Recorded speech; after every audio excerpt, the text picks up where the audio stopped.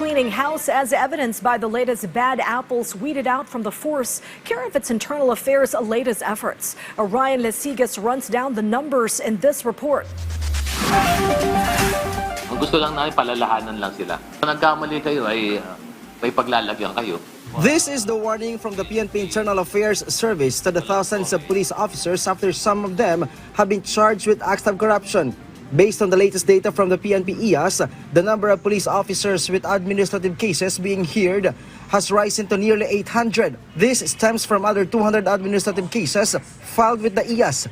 According to IAS Inspector General Attorney Brigido Dulay, of that number, 88 are under summary hearing, 78 awaiting formal charges, 33 under review, and 9 cases already resolved.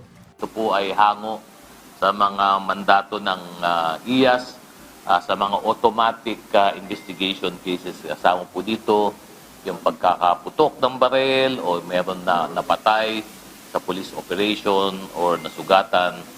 At doon naman po sa 208, 126 po doon ay tinatawag natin non-motu proprio cases.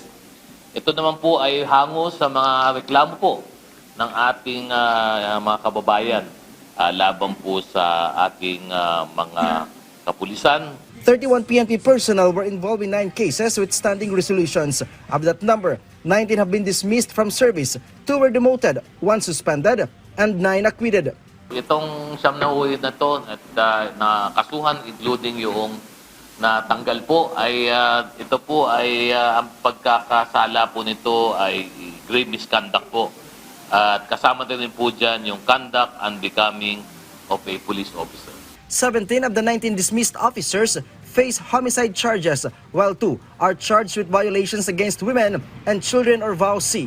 It was revealed the highest-ranking officer dismissed was a police lieutenant colonel, to include 3 police majors. The rest were police non-commissioned officers with ranks ranging from patrolman to police executive master sergeant.